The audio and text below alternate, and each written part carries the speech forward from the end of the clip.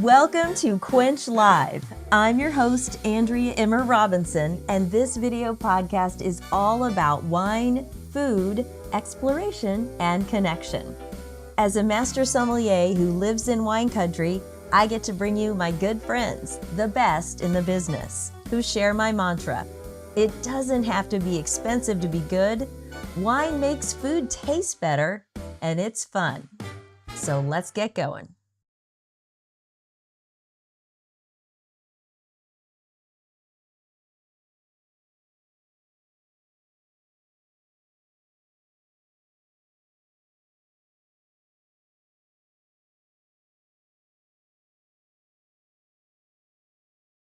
On you, so just give a wave, and they've got 6 wines in front of them, as well as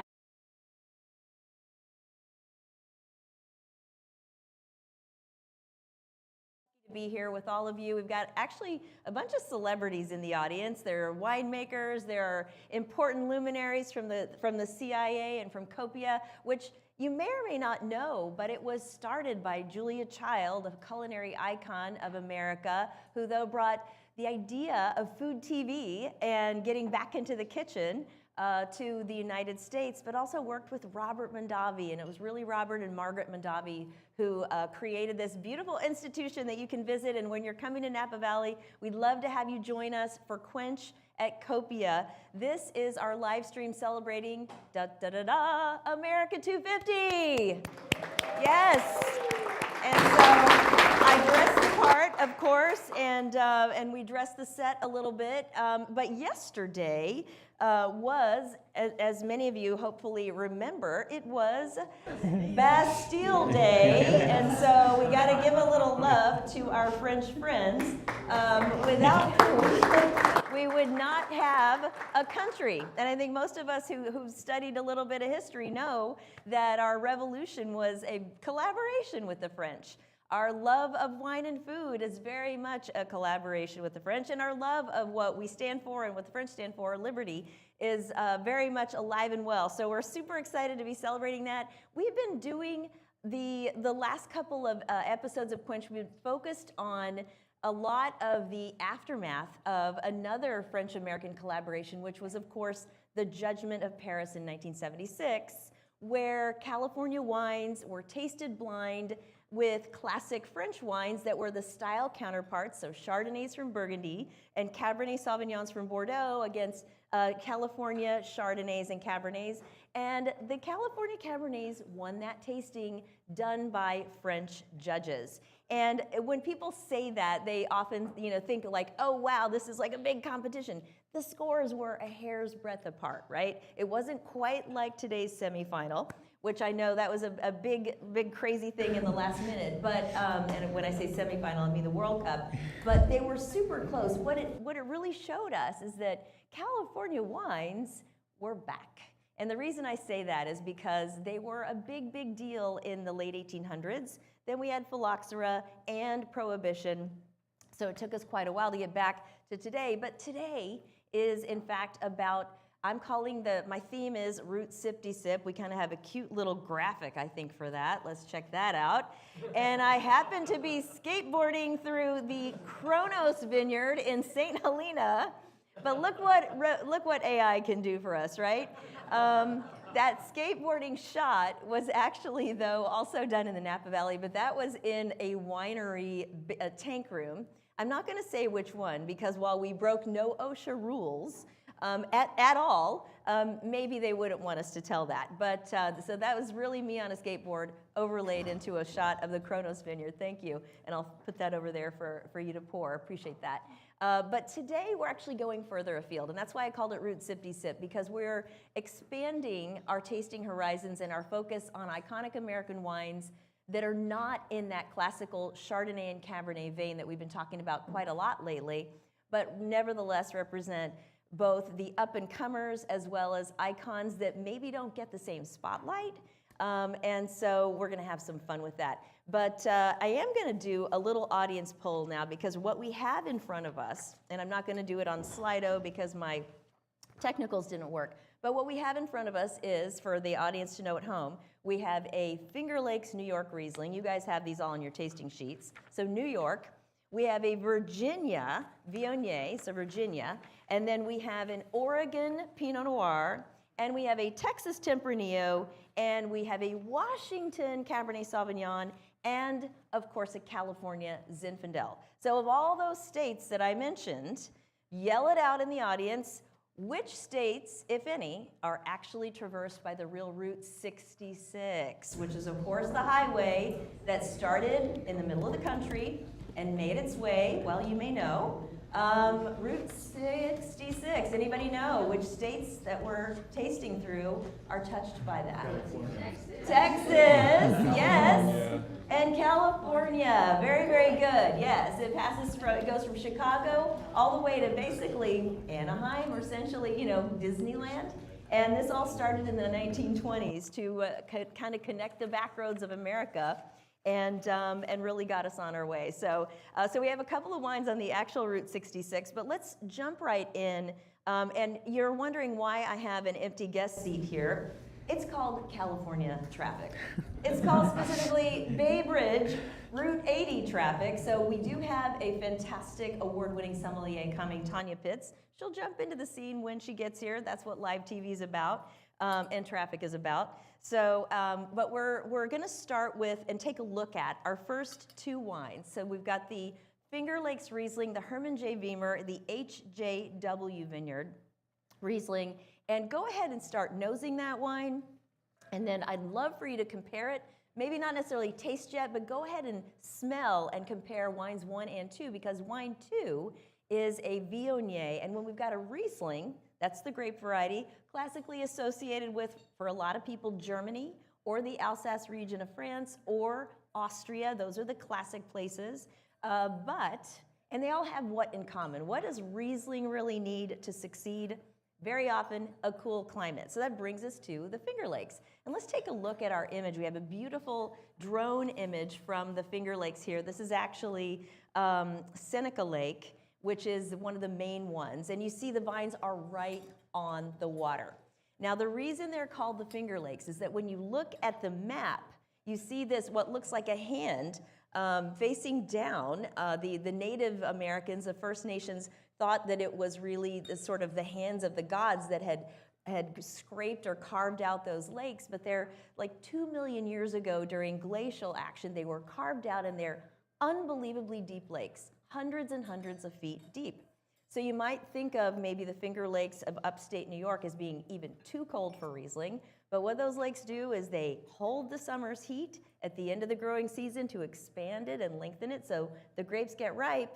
And in the springtime, they hold the winter cold to keep the grapes from budding out before frost risk is over. So Finger Lakes, fantastic place for Riesling now. But when you smell the Riesling versus the Viognier, what are you getting? What do you think? Classically, I know I have a couple of trained tasters in the audience. What should we expect from these grape varieties? Pretty beautiful aromatics, right? Really intense aromatics. And so what we get on the Riesling is kind of a nice starfruit, floral, honeysuckle quality, versus when you go to the Viognier, it's a little bit sort of more tropical blossoms like jasmine and things like that. But Herman J. Weimer, we chose this because they are truly an iconic producer of Finger Lakes Riesling. That is one of their signatures. The other signature of the region, there are really two. One is Cabernet Franc, which is a red grape, so you guys should definitely check those out. But also, they're doing a lot, especially through the Cornell Viticulture School, with pretty interesting hybrid grapes. We have actually a PhD from Cornell Viti up there, who's now brought her scientific chops here to California. But in any case, they're doing amazing things with grapes that basically cross the best characteristics of American grapes with European grapes, so you get the American climate hardiness that works in places like the Finger Lakes, but you get the European finesse of the aromatics and the flavors. So let's go ahead and taste it. And we have a fantastic pairing plate that is inspired by America 250. We have a brisket slider, so barbecue. Now, let's just get this straight, everybody. Barbecue is not the thing you do on the grill. That's grilling. Barbecue is a recipe. It is a way of cooking meat. Okay, now it sounds like I'm being bossy, and I am. But I just remember when I moved to the Northeast after living in Texas, and people would say, we're gonna barbecue. And like, then they would cook hot dogs or hamburgers on the grill, and I'd be like, that's not barbecue.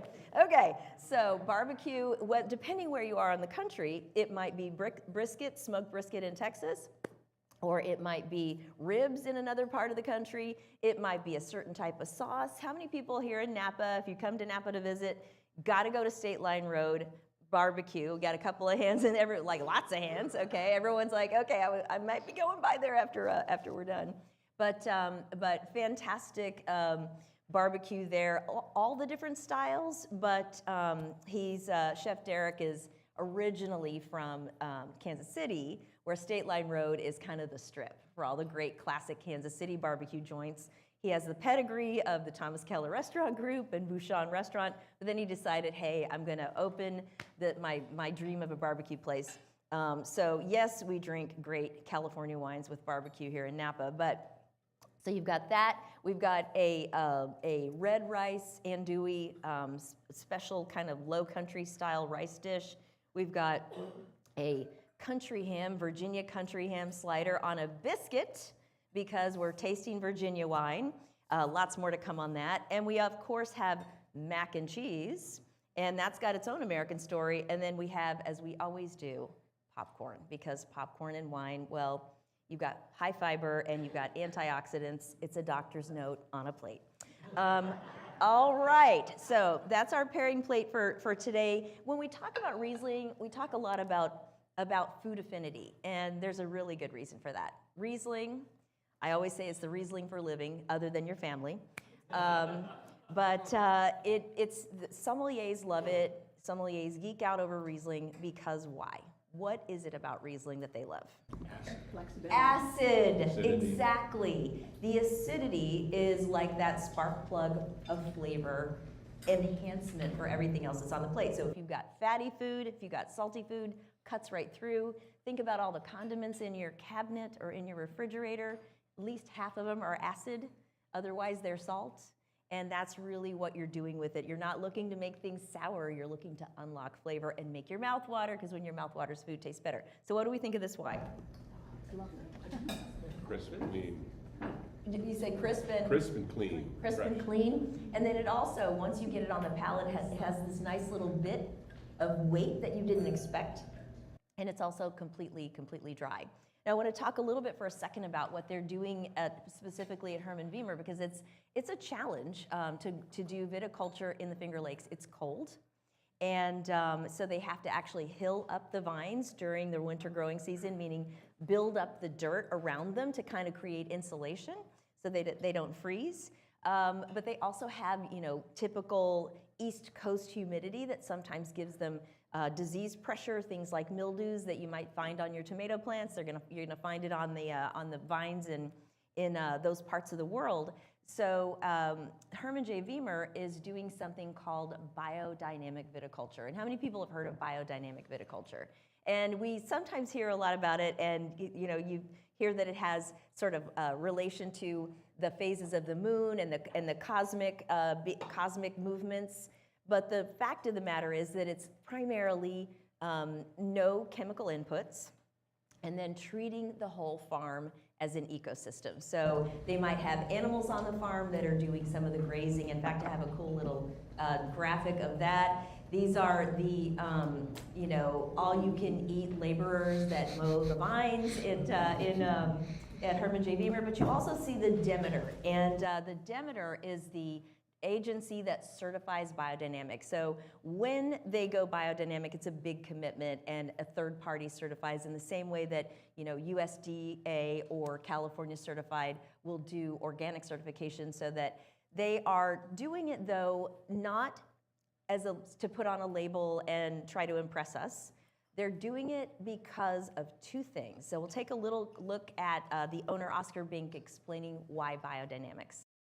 So if you look at the challenges, disease pressures and cold winters, and biodynamic itself is actually a pretty proactive way to build up resilience in the vine. So you put a little more effort in your viticulture, you pay attention to the challenges you have, but using more natural product to actually build up a healthier plant that prepare itself for the challenges. So with biodynamics, quality is actually a driving force. We've seen the healthier vines are also giving healthier must and healthier juice. So the fermentation are healthier, faster, and better. So it's actually the effort derives from the quality. So I think that that's a really interesting thing and a cool thing to point out is that the idea of it isn't just because about the land or about inputs, it's about quality and about more resilient vines, right? And just like all of us, we know that if we get more sleep, eat better, get more exercise, we're physically more resilient, we're gonna probably have greater longevity and greater productivity. We as people, vines are just the same, right?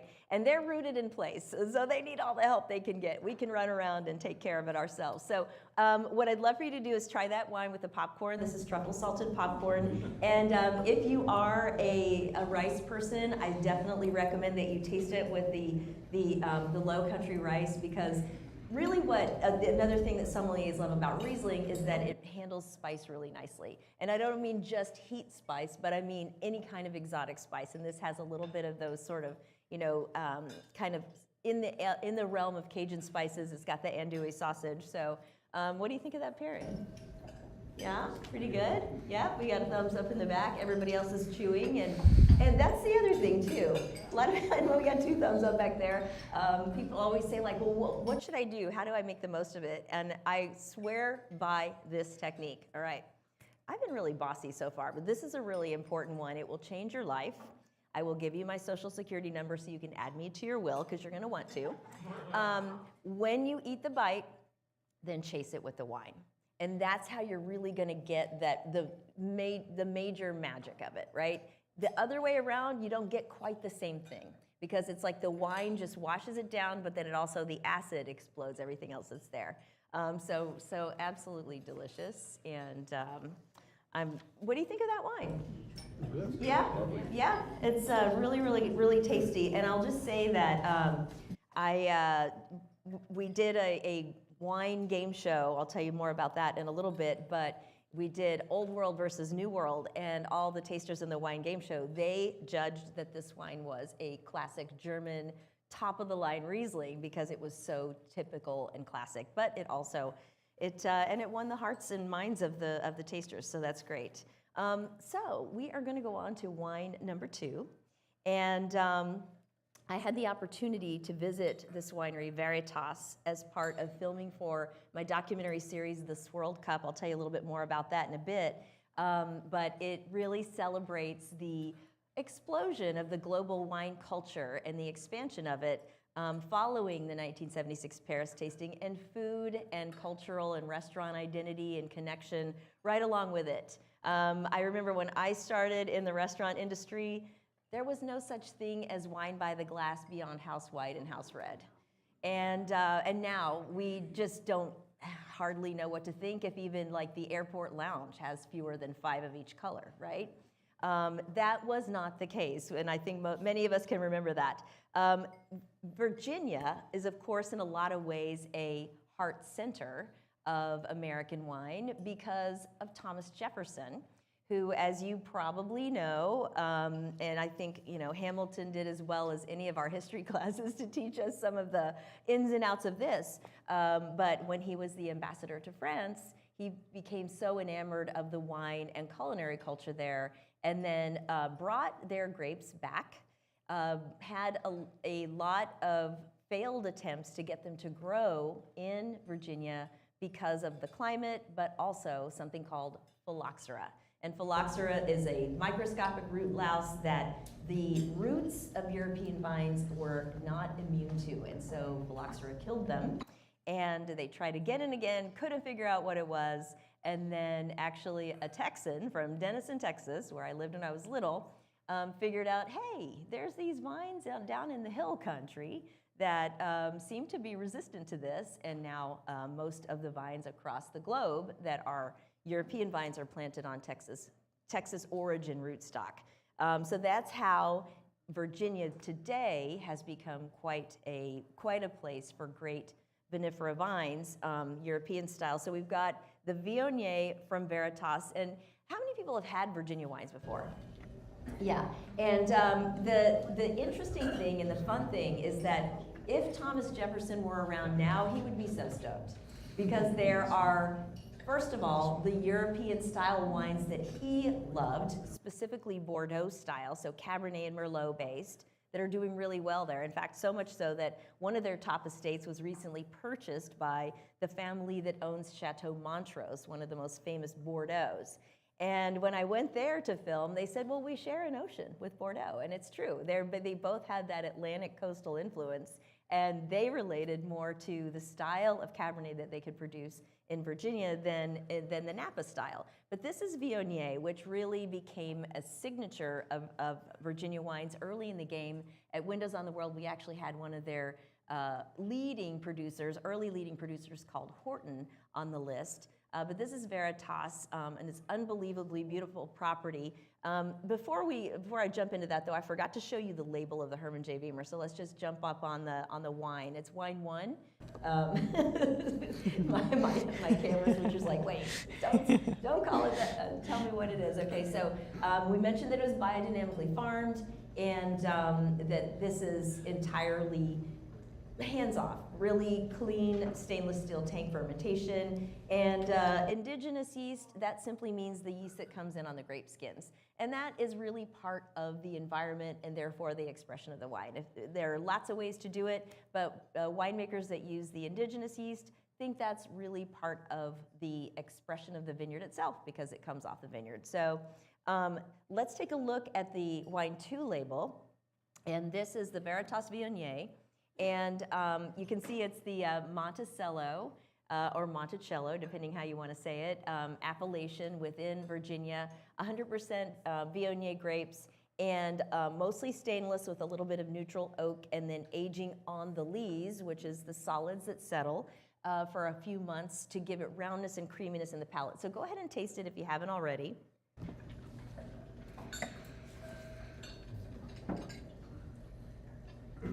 And how many people have had Viognier before? Got quite a few who've had it before. How does this compare? I mean, would you recognize it as Viognier? Oh yeah, absolutely. It's got that sort of that like slick, almost creamy, but also like almost oily texture to it. A beautiful, and speaking of slick, we got one.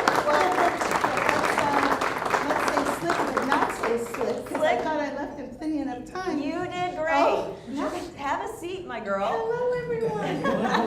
Wait, you gotta sit down because everybody at home can't see you. You're just out of frame. Oh. Now we got Hello, everyone at home. All right, so let me introduce my guest, Tonya Pitts, award-winning sommelier. Those of you who are Bay Area or have dined in the Bay Area, you remember Tonya's home-based restaurant that was very much a specialist of iconic American wines. We're gonna stop. We're gonna hold for a minute on the Veritas Viognier. Just welcome, first of all. Thank you. And Thank you for we having just me. finished tasting the Herman J. Beamer, so let's toast to our first opportunity to be together in a long time. Oh, and I'm going to back up for one moment. Please. Oh my gosh. So, when Andrea and I were talking through everything, one of the first things I told Andrea, I said, you know, one of my fondest memories for New York and the East Coast was when I was working for Loretta Keller at BZ Restaurant, which was actually my first gig. I had a wonderful opportunity to try wines from the East Coast. This was probably 1993. When she was 11 years old. Yeah. Just kidding. That's awesome. Mind blown. Yeah. To have Cabernet Franc from the North and South Forks, and to have wine from Herman J. Beamer and from Dr. Constantine Frank, and just a whole new world opened up for me. There was this really wonderful woman, Nurit Rubachowski, who had a really wonderful book called Discoveries in Wine. And she would go all around the country and all around the world, bringing in these little gems and little jewels. And so, here's to the East Coast, the Finger Lakes, and New York.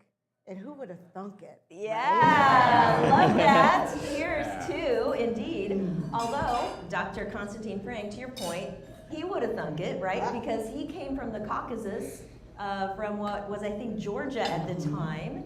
And everyone said he was crazy to try to plant vinifera grapes, which are the European species, that far north. And he said, I'm from Georgia. It's really cold there, too. We got this.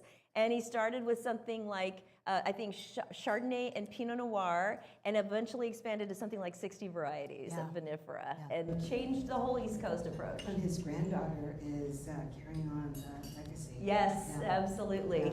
So good to have you here. We are just jumping into the Virginia Viognier from Veritas. And I mentioned to the group that it's a frequent winner of the Governor's Cup, which is an annual competition that they have in Virginia for Virginia wines. What's cool about it is that there's such a diversity of wine produced in Virginia that competition, the winners, and this Viognier has been a winner multiple times, but the winners are always really diverse, right? You might end up with a hybrid, you might end up with a Norton, you might end up with a Nebbiolo, and anything in between. But this is Emily Hodson, who is the winemaker at Veritas. Her family started that property. It's a little bit of a pinch me kind of destination because they have a farmhouse restaurant, lots of beautiful places you can stay. Have you been? I have not yet, but I will tell you, when people ask me about Virginia, the first thing I tell them is, when you think of elevation and you think of California, Washington, it's the same in Virginia. The higher up you go, the harder everything has to struggle, the more flavorful everything is, the more diverse the soils are as well, and the more extreme the growing conditions are as well. And it's not just there. We think about Missouri, Illinois, Utah, all these other places. Texas, I'm not going to get ahead of myself as well. All these other places, it's so much fun, and it's so interesting because we have this plethora and this treasure here in our own backyard, or backyards. Yes, our so big backyard. Big backyards.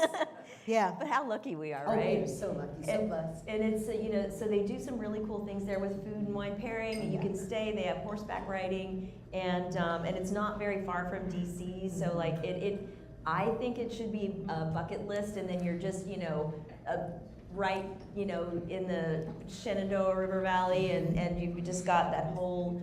You can go fishing, The Blue Mountains. Yeah, exactly. You can go hiking. Yeah. You can go camping. And you can go see, Thomas Jefferson's residence and just that's the history. That's a whole other story. Yes. Yeah, I mentioned that, he tried so hard to have success with vinifera vines in Virginia that he would be so excited about wine there now if he could come back. Well, there's so much history. Not just there in Virginia, but in Washington, and how Bordeaux in France, the wines came to America and were used for trading, as well for anything and everything. And people learned to cook and to become, well, it wouldn't have been Michelin star then, but the cooking schools then. Absolutely. Just, it's amazing. There is so much history. And I think, actually, Dame Tonya Holland is doing a course this summer in Virginia.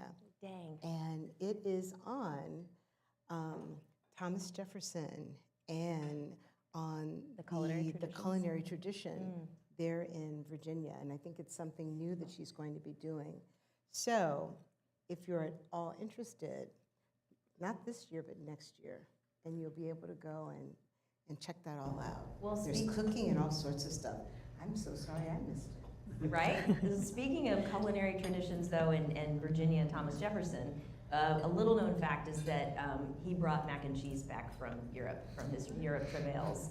So I would recommend that you try the mac and cheese with the Viognier, because I think here we're basically going richness with richness, weight with weight, and Virginia Thomas Jefferson with Virginia Thomas Jefferson culinary, because it was quite a sensation.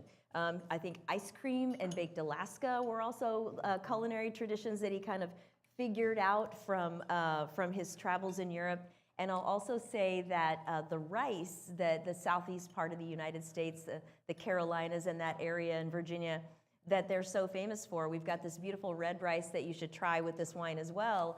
I read Thomas Jefferson and Wine, which is about an 18-hour read, and I learned as part of it that he went on, took a horse and buggy, got to the Dolomites, and the horse and buggy couldn't make it over the mountain, so he went to horseback, got over into Piedmont, fell in love with Nebbiolo, which is the famous grape of the Italian Piedmont region, and then stole rice from the Po River Valley to bring back to the United States, which was a crime punishable by death at the time.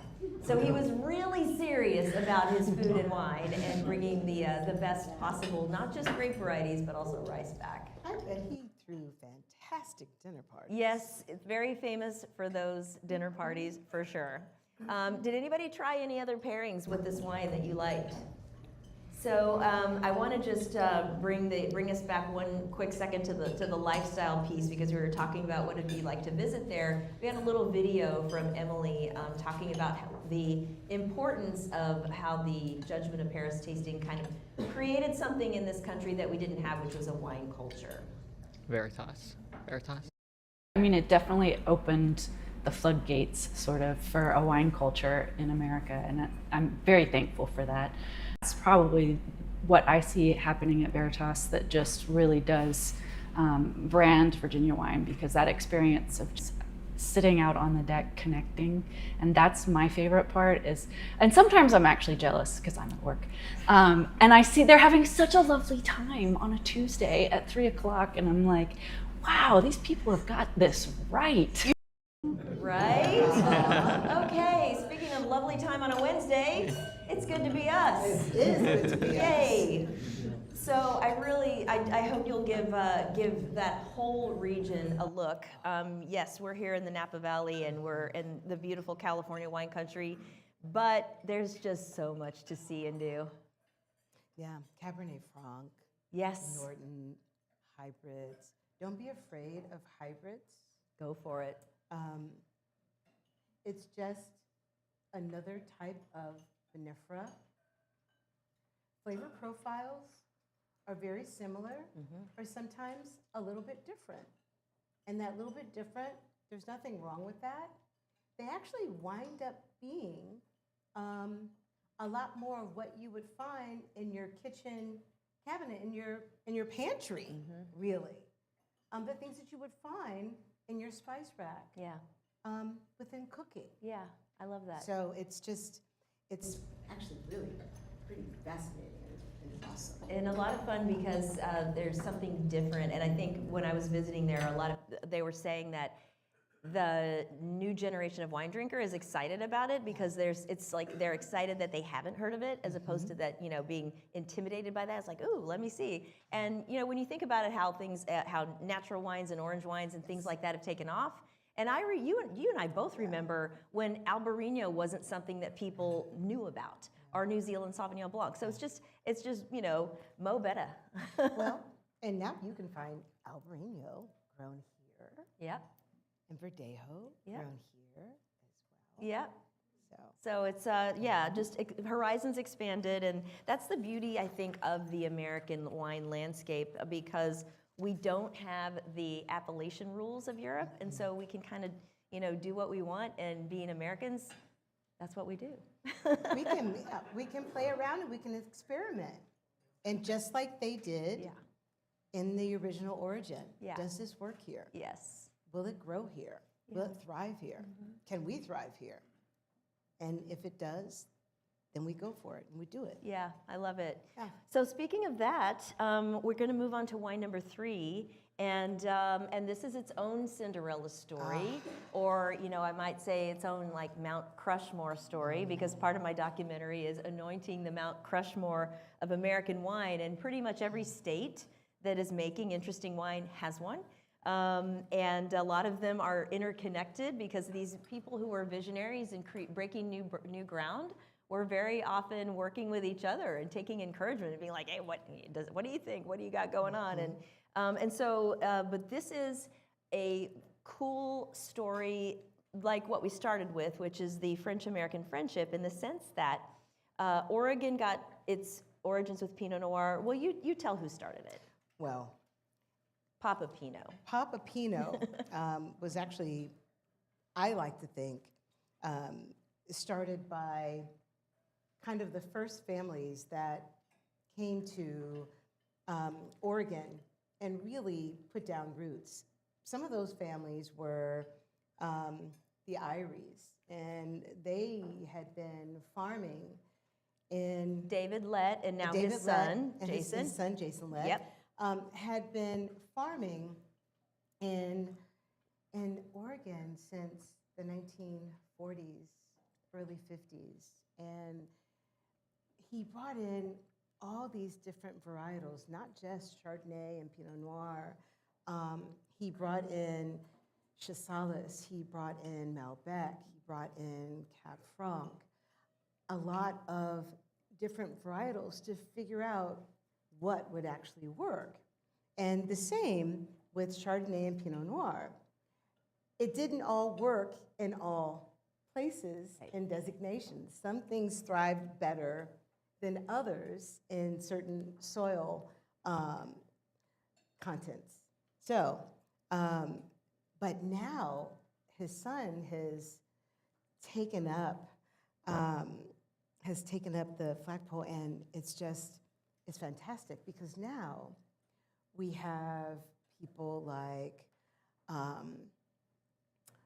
Willa Kinsey that are there, Argyle, the Ponzis that have been there forever as well. The sisters, the ladies, I like to call them.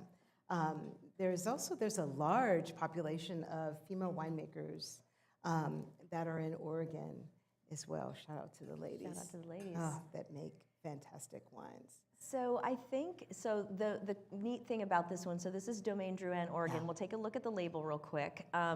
This is their Lorraine, which is their classic, their most famous bottling, their highest end bottling. When I asked the winery about featuring a wine, they said, well, you should definitely feature our top of the line. I was like, I'm not gonna say no to that. I just want you to notice underneath Pinot Noir, it has the appellation or the sub-district of the Willamette Valley called the Dundee Hills. Oh, yeah. And that is exactly, they're right in the heart of that.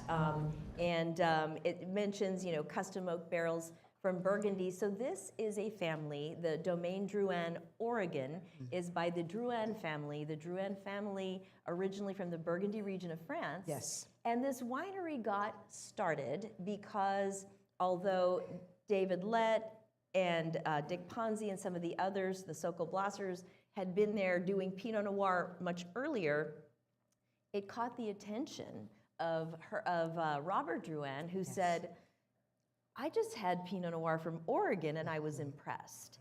And so they came at it a couple of decades later, but once you had the French sort of endorsement of the region, it really meant a lot. Well, it's kind of the stamp of approval. Kind of like the Judgment of Paris was a stamp of approval on Chardonnay and Cabernet. Well, very much so. And even though we've done the redo as well, it was interesting to see how that all flowed as well, which Totally. it all rang true again. Yes. For certain producers. Yeah. But to meet the daughter, Veronique, who runs the domain, it's fantastic.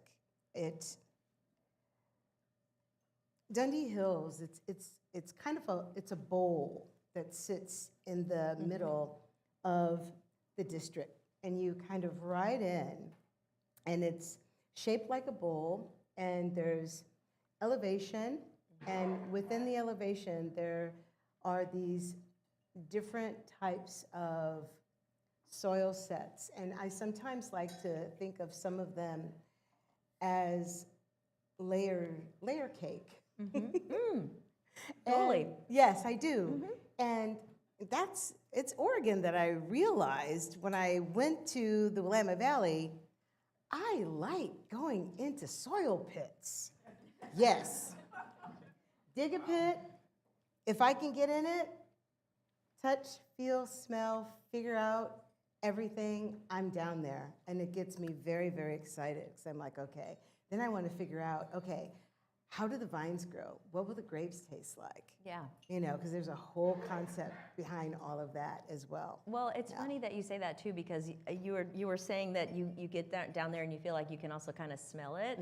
And I've actually heard other women winemakers say that too. Yeah. Maybe, and I've also heard, oh gosh, what's the soil whisperer guy that does what's his name? Oh shoot. Oh, they call him Pedro Parra. Yeah. Yes, Pedro Parra. Yes, it's Dr. Dirt or whatever he Dr. is. Dirt. Yeah, and Yes. he's the same. He says he can smell what the wine's going to be like from being in the soil pit. Yes. All right, so keep her away from the backhoes. Unless we're going to learn a lot from that. I'm glad you mentioned Veronique, because we have a lovely little video for her. It's the Drouin video, talking about the origin of the estate. And I spoke to my father and I said, I would love to go to, back then we were calling the New World, and he was a very good friend to Robert Mondavi, who would come to Burgundy a lot. So I said, do you think I could work with Robert? I knew him, loved his wine, loved the man. He was such an inspiration and a good friend of Robert, my father, so the two Bob. And so my father said, oh, I'm sure he will take you, but I think you should go to Oregon. And so I looked at my father and I said, where is it? Why would I go to Oregon? And he said that he had been traveling to sell his wines from Burgundy here because there's a lot of people who love wine.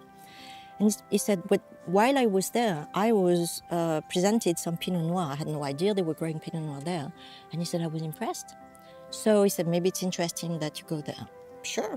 So we asked our distributor if one of their suppliers would take a young French girl from Burgundy. I didn't think they would say yes, didn't know me, I was young, no experience, and they all said yes. Robert Drouin invested in Oregon. He brought his daughter here to train with people like David Lett, with David Adelsheim, with Dick Ponzi, and they all, nurtured her. So I came here with my suitcase for Harvest 1986, and I spent 1 month with each of them. And obviously David Lett, Papa Pinot, can see almost his house from here. It was just unbelievable to be spending time with them.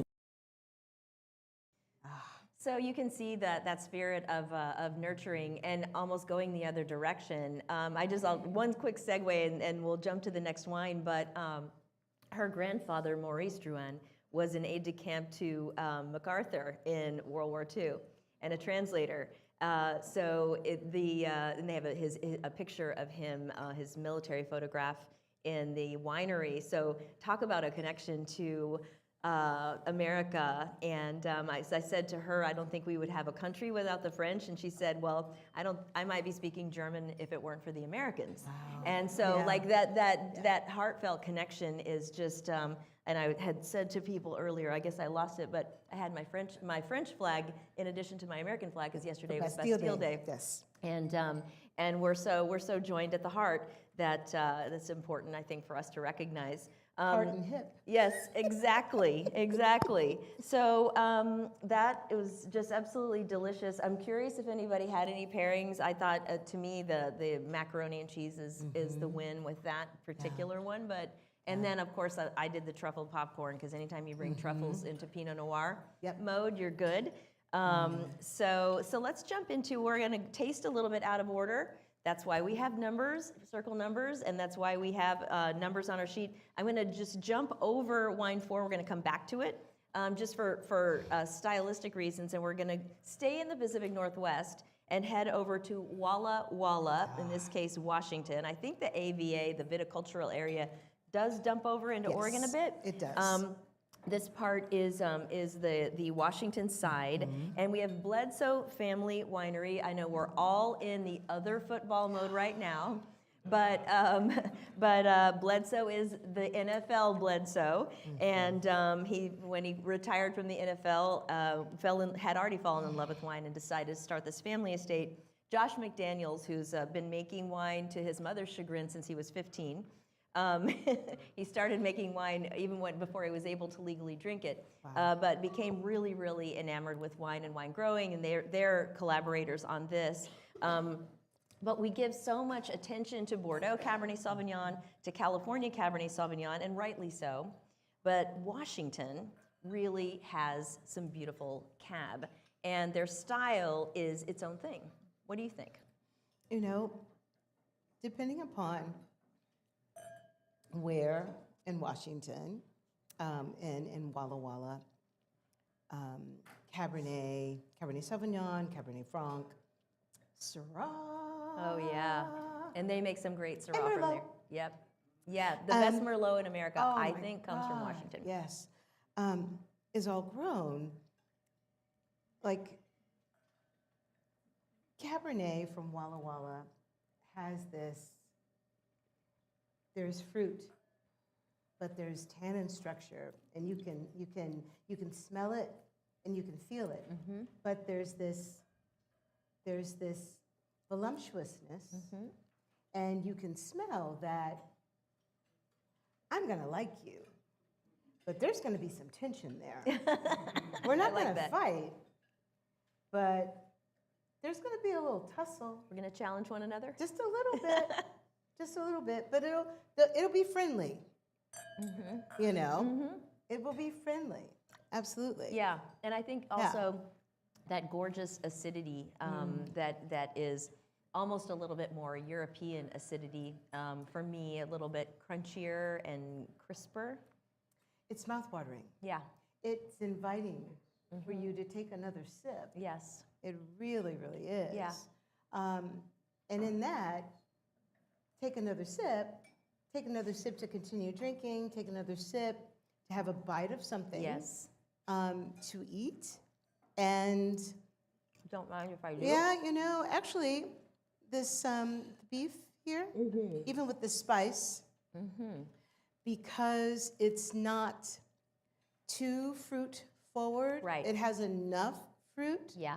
But it's not so concentrated. Right.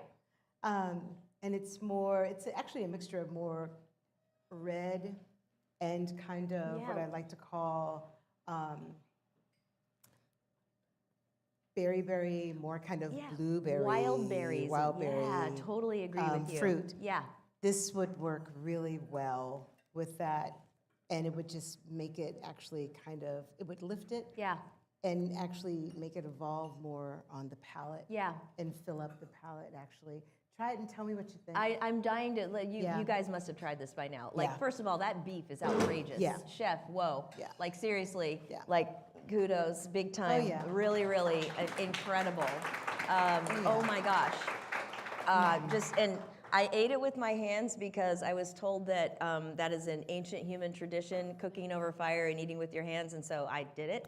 And now my hands smell so good, and I just want to like, so delicious, but really, really great with that Cabernet. And I think what you said about it, there's something about the tension that really just does absolutely handles the beef, no problem. But it also the wine keeps its vibrancy. So we have a little quick video with Josh McDaniels talking about the Walla Walla region. What's Bledsoe?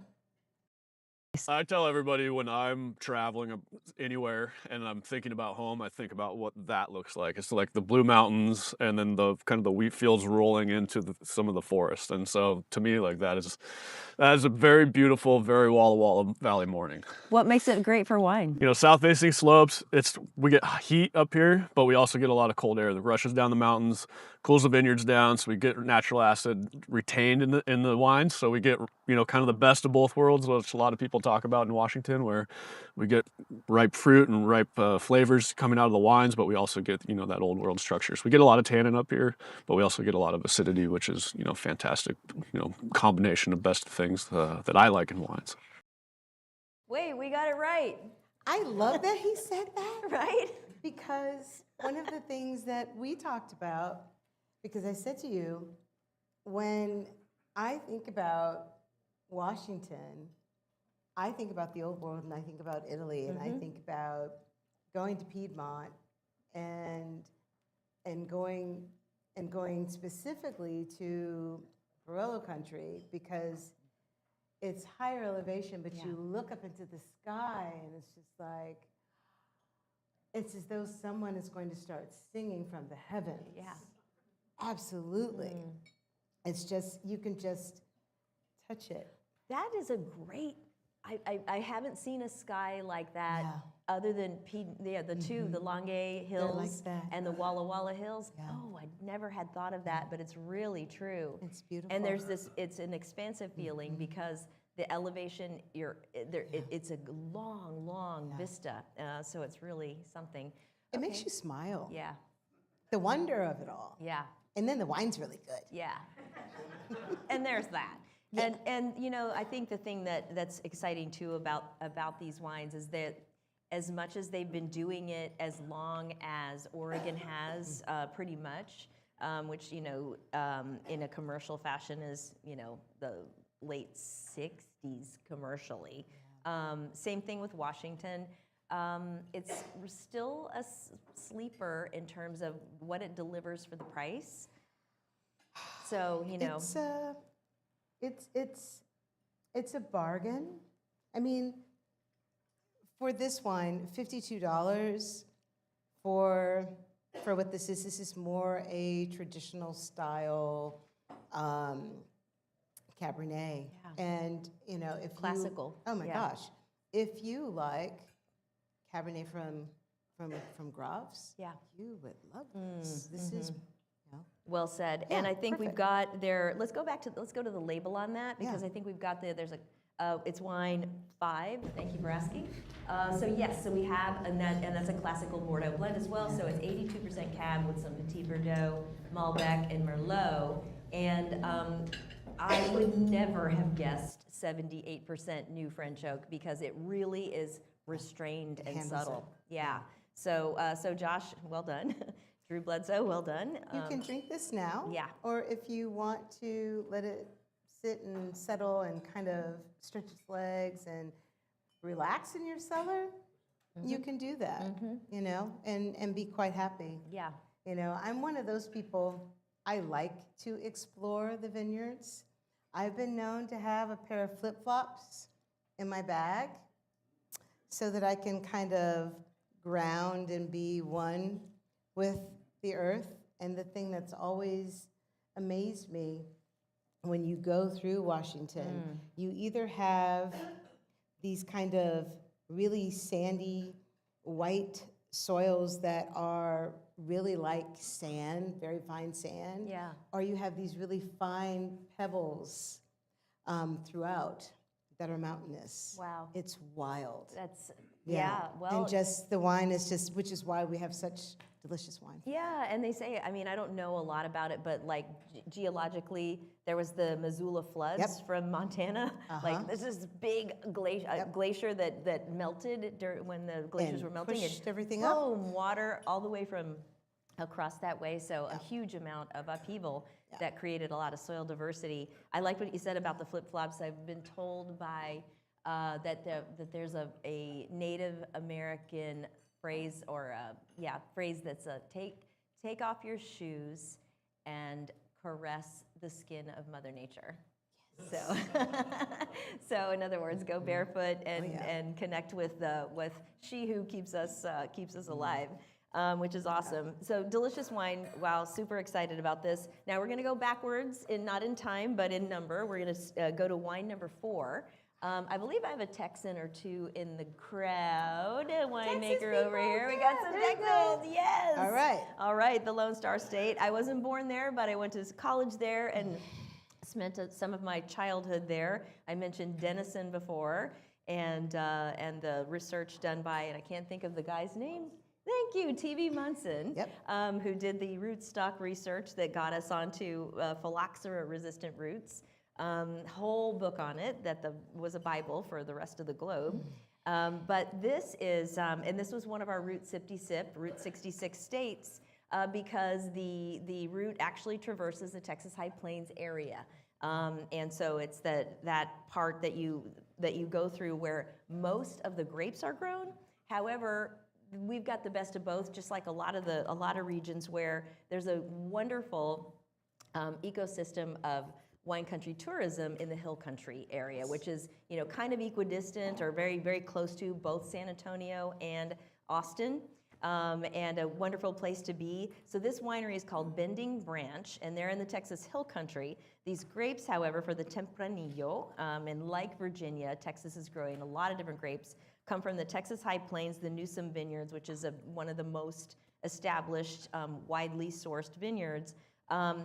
What's unique about this wine, well, many things, but one of them is that Dr. Bob Young started experimenting with Texas terroir taken to an extreme by... Not the same as our Robert Young. No, exactly. Dr. Bob Young, he's originally from Kentucky, moved to Texas, and he began experimenting with Texas oak. So if we're going to take Texas terroir seriously, why not the oak? Because in East Texas, they have the same species of oak. So he started with oak chains and has been doing multiple wines with Texas oak. And so we decided to show this one, which is basically, it's got a Texas-sized personality, right? They say everything's big in Texas. That's true. And the personality of this wine is just screaming out at you. Yeah. But it's a robust style, Tempranillo.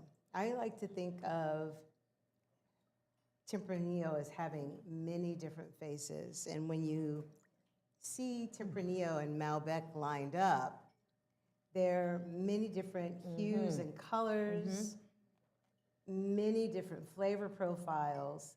And I like to tell people, think about it as a sunset. If it were a watercolor painting and there are these layers of color, that's Tempranillo. Yeah. so this is on that more saturated, like rich, like almost flame end, as opposed to like the pink apricot end. Flaming red, reds and orange. Yeah. And Kind of bleeding into one another. But I love there's a real prettiness. So speaking of that Texas oak, there's a real like sweet aromatics to it that reminds me of other expressions of American oak. Most of the time when we think of American oak, or a lot of it, when we think of American oak on wine as opposed to bourbon, we think of maybe Missouri, maybe Pennsylvania. And we can oftentimes, if we're in the blind tasting game, can detect that it's American as opposed to French from that richness in the scent. Well, also because American has that kind of slightly kind of green that comes through. Yeah, like green coffee, a little bit of Coffee bean. Slightly kind of pickle. Yeah, exactly. Pickled vegetable. Right. Even. Yeah. More kind of cucumber-like. Yeah. I like to think I of mean, it here, this is taking me more into the toffee kind of character that I think of Tempranillo aged in American oak from Spain, where you get that burnt sugar type of quality. How many people have had Tempranillo aged in American oak, one way or another? Maybe not the Texas ones, but that's pretty classic in the Rioja region of Spain. So it made sense. So they're definitely not going to be getting any Texas oak barrels anytime soon, because he's probably going to get them all. But we have a cool, well, let's take a look at the label first real quick, just so we can let everybody see that. So this is their Reserve Tempranillo. And look at the elevation on those vineyards. So when they say Texas High Plains, they mean it. That's really up there. And he's doing the Texas white oak aging, as you can see. But that whole berry maceration is one thing they're doing to help retain the freshness. I was going to say that. Well, say that. Yeah. Nope. Well, expand if you would like to. So, whole berry maceration means that the whole berry, the whole cluster, has gone into ferment and create the mass for wine.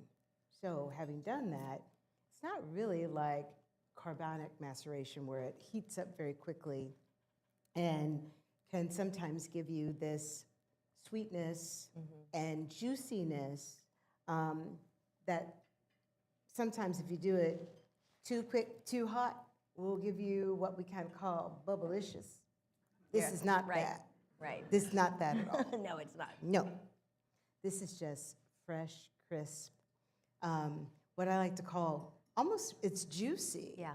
But there are these layers of acid and minerality that are kind of dueling in and out of the palate as well. But then the spice that's coming from the barrel. You took a little bit of cardamom and you took a little bit of allspice, nutmeg. Ooh. Totally. Some toffee. And then you had it with this slider, which I took the opportunity while you were initially talking about it. Oh, yeah. That is, I know it's like, okay, a Texas That's yummy. slider with a Texas wine, but it's so good. Yep. And that whole, if they grew up together, they go together, like maybe so.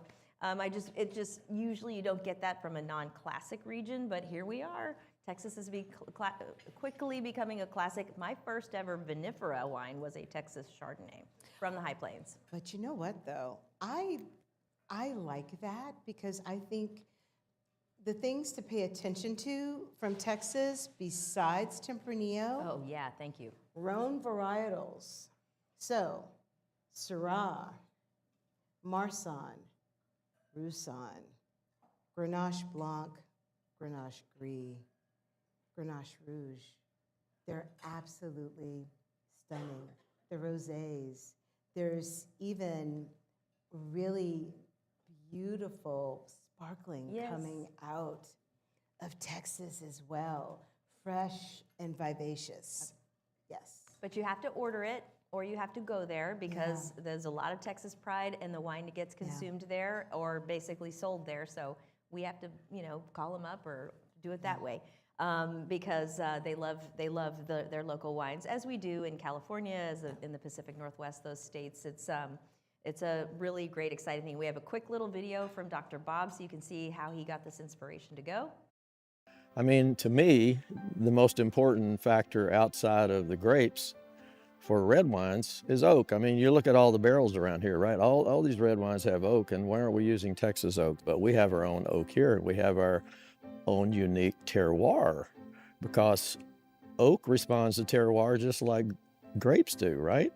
And so I was thinking, the French did this. They would make their wine from local grapes and they would harvest wood from their local forest, and it was all integrated. We had it logged and cut into staves and aged for 2 years in East Texas, aged for a year here, and then I contacted a cooperage. And we had what's called oak chains made that you put inside the bunghole of a barrel, and you can get the effect of 50% of a new white oak barrel by doing that. And then we aged 3 wines with it, and they're spectacular. And people are going crazy over it here. So, speaking of things that you can do with barrels, what I'm starting to see out in the wild, because I also write and review for Wine Enthusiast magazine as well, and I've been... Congratulations, by the way. Thank you. I know you've been doing it for a while now, but I haven't actually seen you in person to tell you that, so. I've been talking to winemakers and some of the experimentation things they're doing.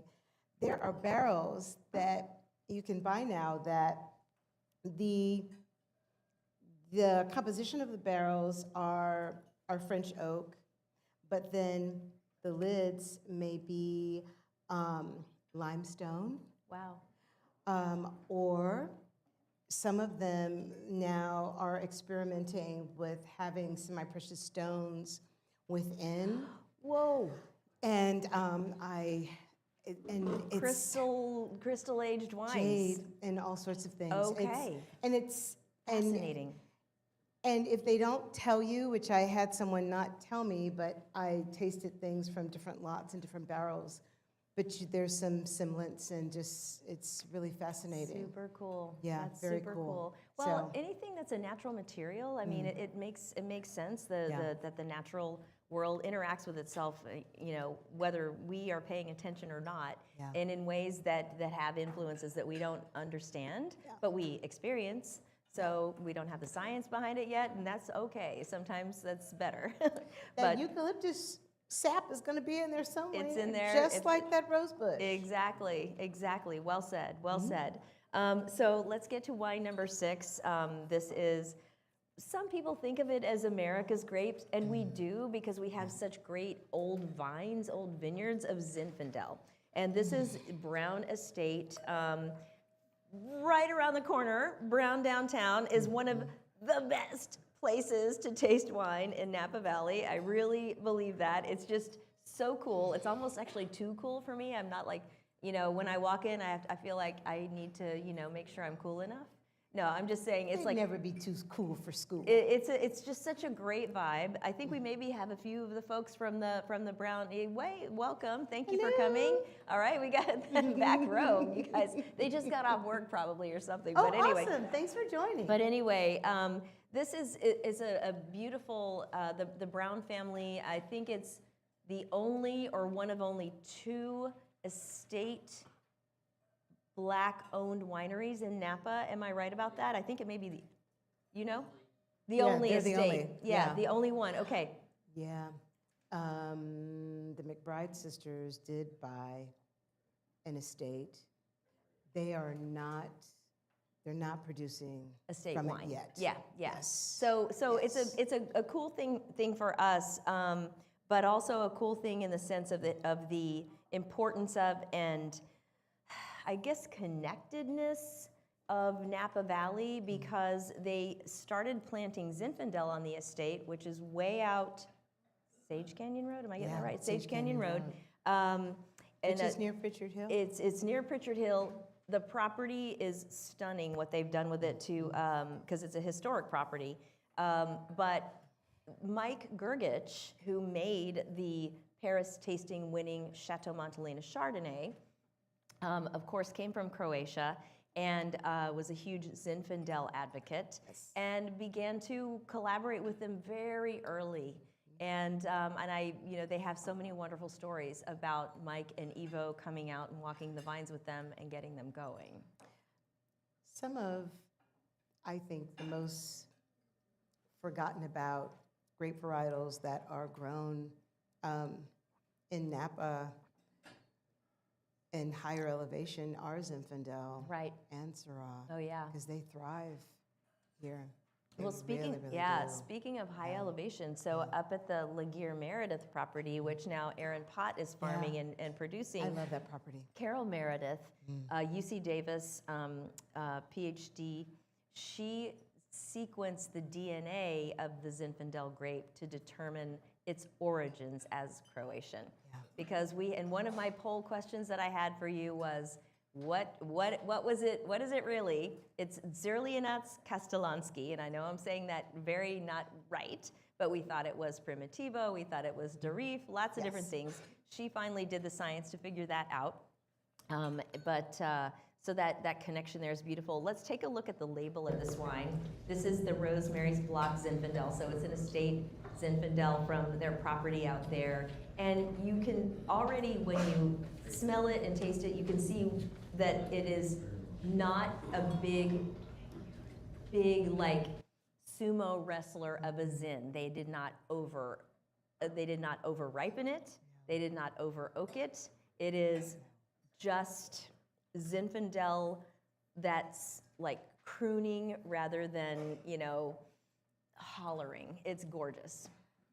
But there are different styles of Zinfandel that marry it more towards claret, and this is one of those.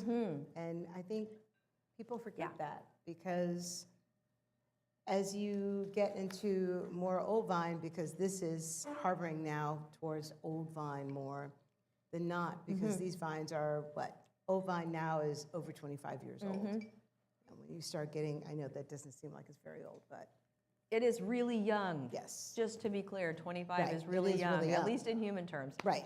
But in vine terms, it's starting to really show itself, and it is really it's mature. Yeah. And these are older than 25. Yeah. These are probably more 35, 40 now. And the cool thing is that those vines are able to, Zinfandel is unique in that it's able to last for a long time. A lot of vines, they succumb to diseases or other issues and have to be replanted quicker, at least in our part of the world.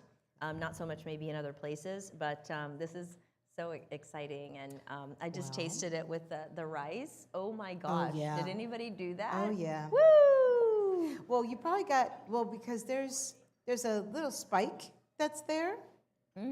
And I'm going to take a sip first. Yeah. That is, I mean, man.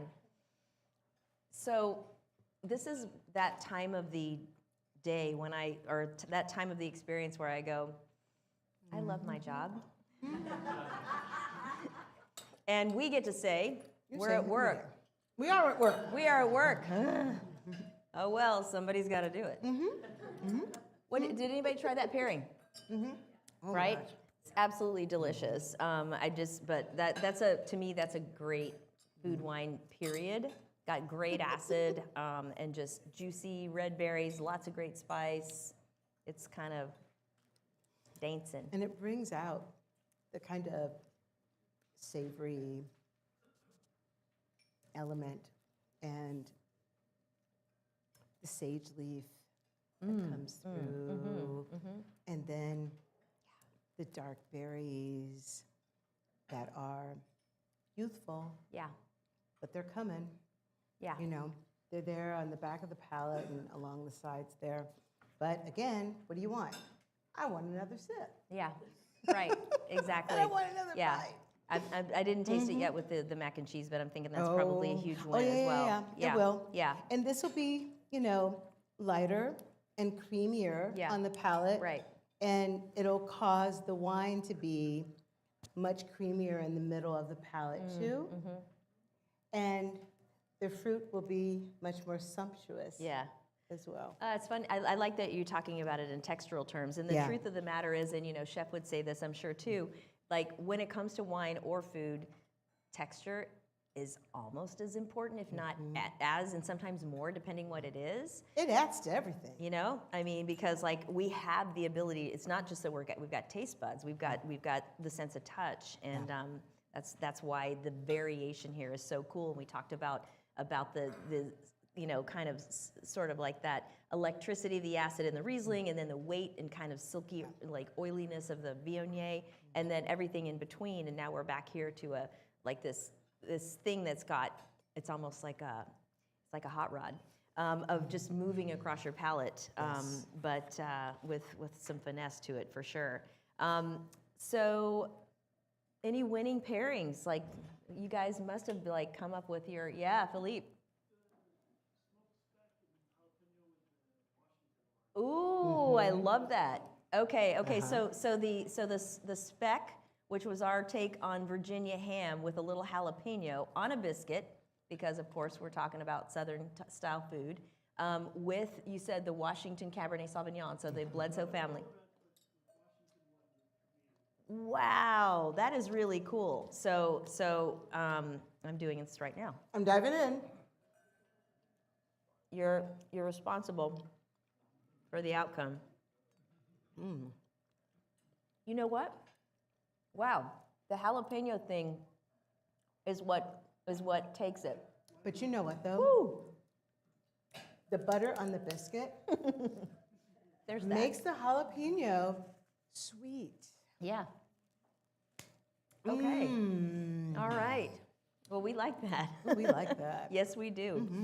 Any other big insights before we wrap it? Well, I want to say, Tonya, Yes. thank you so much. Oh, thank you. My goodness. Where should we look for you? What are you reviewing for the wine enthusiast?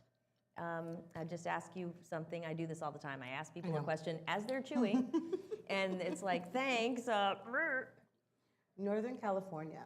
Well, So- there's nothing to talk about Oh there. my God, there's Gosh, you're so lots. busy. Lots. Wow, wow. So Mendocino, Anderson Valley, Clarksburg, Lodi, Lake County, Contra Costa County, I gotta talk to you about Lodi. Susquehanna, Winters, California AVA, Wow. Well, that's everywhere. a lot. That's everywhere that is pretty in Napa much- and Sonoma, which is so Yeah. cool. All right, so Yeah. that's super exciting. Yeah. So look for her Mendocino stuff. Ridge. Really great. Everywhere. Really cool things. Yeah. Wow. And then I have my own consulting company too, so. Excellent. Yeah. And I'm just going to lobby for both of us because we were talking about the Governor's Cup, and we would both like to be invited to judge Yes, it. please. Okay. So because we think that would be really fun, and we think we have something to offer you. Just kidding. No, I'm not kidding. But anyway, I want to thank everybody for coming tonight, the in-person audience as well as our live viewing audience. And thank you.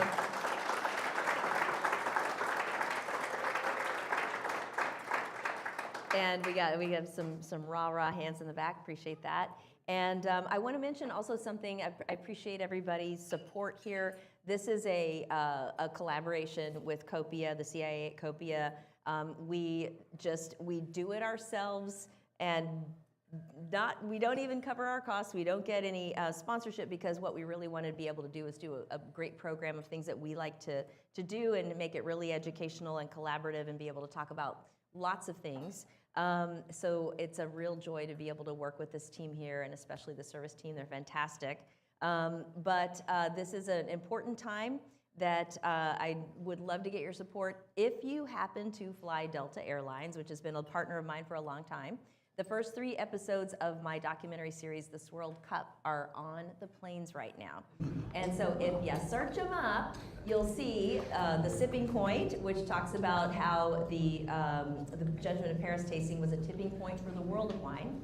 You'll see the Mount Crushmore of American wine is episode 2, and if you can't tell on that picture, it's Robert Mondavi, Andrei Chelichev, Stephen Spurrier, and Patricia Gallagher, whose idea of the tasting was. And then you'll see What? Which is our episode defining terroir and how people can think about it as their cultural expression. So food, music, art, architecture, but of course wine. And so I'd love you to search up those episodes and take a look at them. And I'll give you just a little quick picture of what that looks like. We'll show the Stephen video. We've held lots of tastings, but we've never held a tasting of California wine. And the purpose is to draw attention to the quality of wine coming out of California. But I said, we need a peg to hang it on. And she said, I've got the exact peg that next year, 1976, is the bicentennial of the War of American Independence. And I said, well, Patricia, we British don't celebrate that because we lost the colonies. But I'll go along with it. It was too much of a risk to me to have these wines damned with faint praise. And so I told Patricia, I said, I'm going to choose the 4 best white Burgundies from the shop and the 4 best red Bordeaux and put them in blind. And she said, you can't do that because the judges are coming just to taste California wine. I said, I'll explain it to them on the day, and if they don't agree, we won't do it. So, of course, all the judges turn up, and I said, most of you are not accustomed to these wines, and therefore I thought it would be more interesting to compare them blind to the top wines from Burgundy and Bordeaux. Do you have any problem with that? Bien sûr, Mr. Spurrier, pas de problème. And the rest is history. So there you go. Thank you so much for inviting me and having me Thank you. today, and I will come back anytime. We will have you back and, often. And talk about all things wine. All things wine. Excuse me. I got really choked up on that one. It was really fun to interview Stephen. That was obviously before he passed away. And I never knew that, I never knew that it was not a competition. I thought it was a competition between France and California. The French wines only got thrown in at the last minute so that people who were tasting them, which were the top palates of France, would not think there was nothing of quality in there. And that's really what made that tasting matter.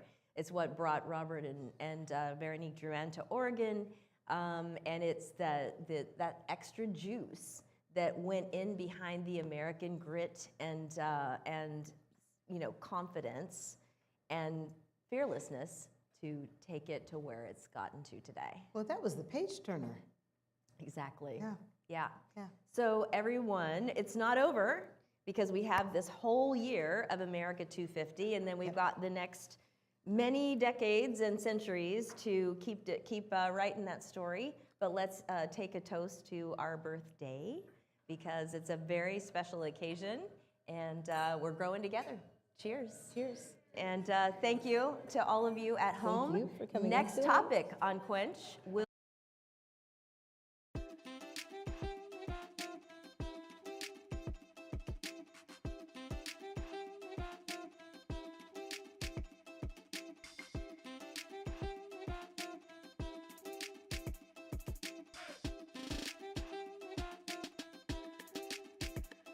you guys on August 19th. And in the meantime, take care of yourselves, take care of each other, take care of your families, take care of the planet. She is our lifeline. And thank you for joining us, all of you, and we will see you soon. Cheers.